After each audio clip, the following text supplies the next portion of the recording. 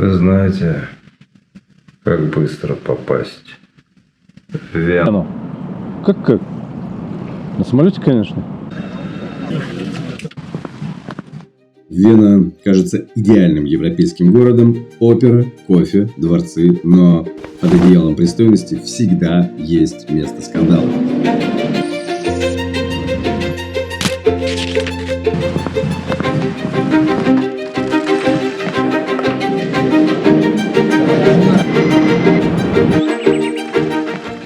Здесь умер Вольфганг Амаде Моцарт. Его похоронили. А потом его могила исчезла. Алло? Вольфганг, а ты где? Абонент временно недоступен. Где? А ведь и правда, где? В 1791 году, когда музыкант умер, действовали реформы Иосифа II. И тогда всех горожан хоронили не в индивидуальных могилах, а в общих. Поэтому до сих пор никто не знает, где могила Моцарта. Был декабрь, 5 декабря. Мерзкая погода. Сюда заходили только сотрудники кладбища. Поэтому место можно узнать только примерно. А это так, дань памяти.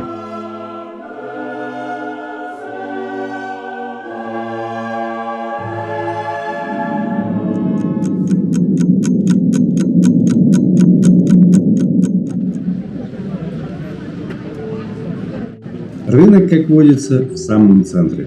Он здесь всегда был. Барахолка по-нашему. Настолько давно, что многое из того, что здесь продается, уже пережило своих владельцев. Но сначала здесь торговали золой. Она играла роль стирального порошка. Новый миф.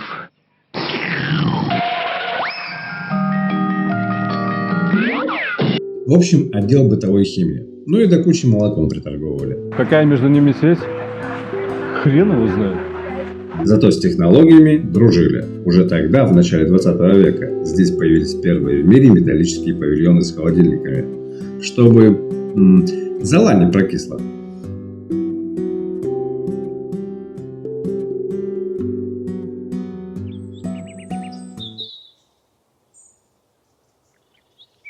Виноградники расположены прямо здесь, в городе.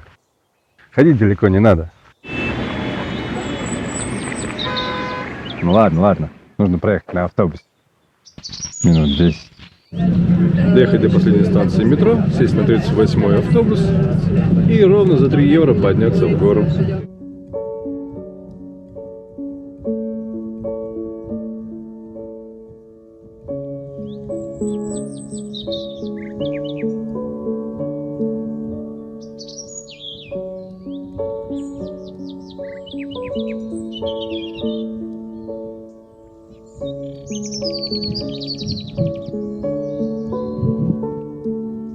Ты не поверишь, это реально можно взять.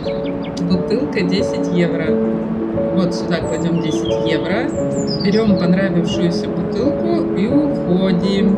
Ребята, где скрытая камера?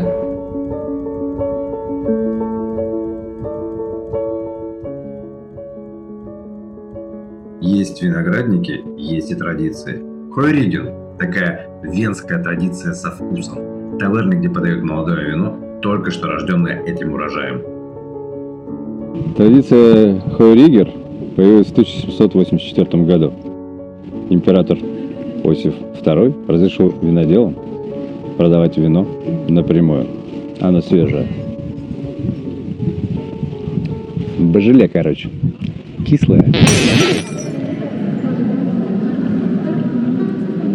Операция «Поцелуй». Звучит как романтические планы на вечер, а по сути это история про картины Густав Климта, который тайно развозит по альпийским тайникам, чтобы их не уничтожили. При этом сам Климт тот еще провокатор. Венские критики брызгали слюной и называли его работой порнографией и угрозой общественной морали.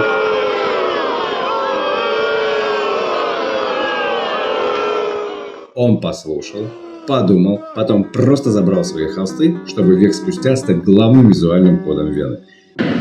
Ну какое же это порно? Это же искусство. Сейчас посмотреть на его творчество приходит 2 миллиона человек в год, хотя стены Бельведера помнят не менее масштабные события своего времени. 1770 год. Свадьба Марии Антуанетты. На бал-маскарад сюда затащили 16 тысяч человек, а это почти 10% тогдашней Вены. В общем, за этой парадной позолотой все еще прячется дух настоящего имперского хулиганства.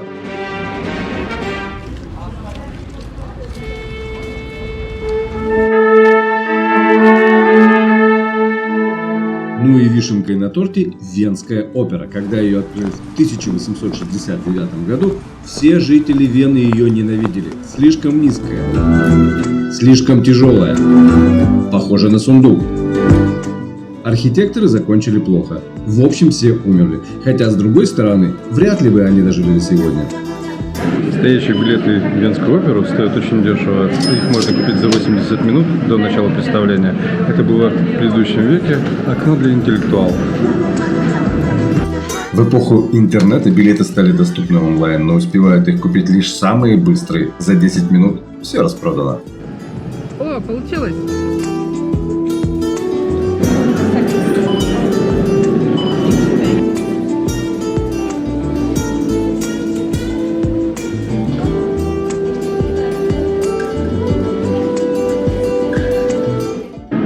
Искусство искусством, а без бокала вина в буфете, но это не скрепно.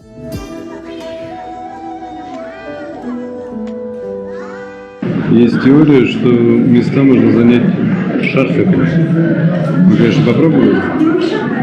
Что-то я сильно сомневаюсь, что наши места сохранились.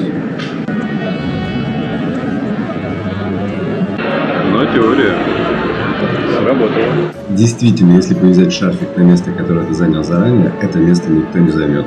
Вот вам хороший лайфхак. Опыт стояния 3 часов на баттерфляе говорит о том, что это интересно, но весьма затруднительно. Ноги потом недовольны.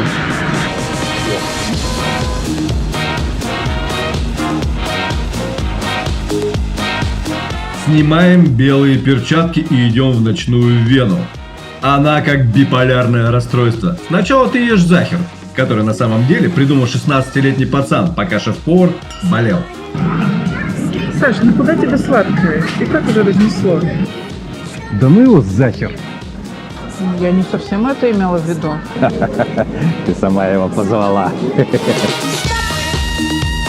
Потом дегустируешь набережную. Между прочим, очень недооцененное место. Ну и куда же без романтики? Кстати, в сентябре 2013 года таблоиды публиковали упорные слухи, что планируется ввести штраф за поцелуй на улице в 50 евро. В метро даже существовала рекламная кампания под девизом «Делай, что хочешь, но, пожалуйста, не здесь». Так что ни в одной стране можно нарушить закон только губами. Вена — это вообще город, где даже засос — это платная услуга. Отпустила. А следовательно, как попали в Вену, так и это. Уё. Что-то было. Умер музыкант. Да и не было никого. Так камням как-то странно. Присядь-ка. Переснять?